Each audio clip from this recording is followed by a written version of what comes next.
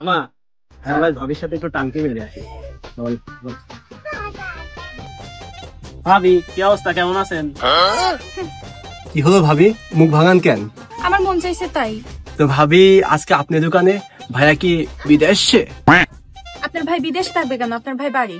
ও তাই? তো ভাইয়া বাড়ি যখন, তো আপনি দোকানে কি করেন? আমি আবার কি করব, দোকানে আমার যা কাজ আমি তাই করি। ও আচ্ছা ভাবি, তাহলে আপনি আপনার কাজ করেন, আমাকে একটা ললিপপ দিন তো। আচ্ছা দাঁড়ান দিচ্ছি।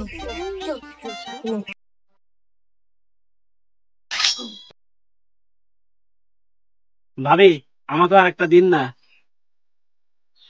Thank you.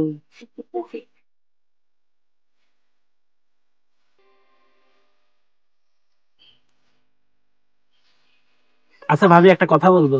হ্যাঁ বলো। আচ্ছা ভাবি, ভাই যখন বাড়িতেই থাকে, তো আপনি দোকানদারি করেন কেন? ভাই বসাতে পারেন না?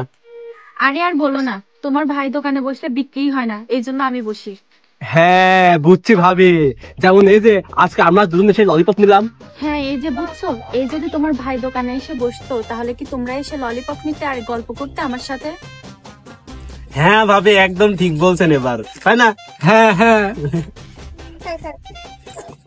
তা বলছি ভাবি, আপনি চাইলে তো চাও বিক্রি করতে পারেন। হ্যাঁ ভাবি, যদি আপনি চা বিক্রি করেন, তাহলে আমরা বসে প্রতিদিন আড্ডা দিব আর একটু চা খেয়ে যাব। আরে আর বলো না, তোমার ভাই চা বিক্রি করতে দেয় না, এলাকার ছেলে পেলে এসে চা আড্ডা দিবে তো এই জন্য। কি গো? আরে এই, তোমরা এখানে কেন? হ্যাঁ, কি হচ্ছে?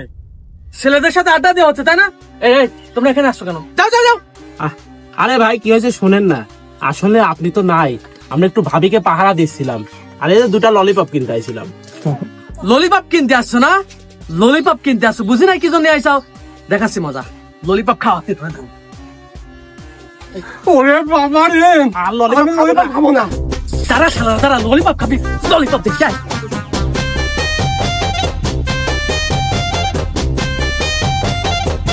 ওরে বাবা রে, কোন তালে বললাম জীবন নাশ করলাম।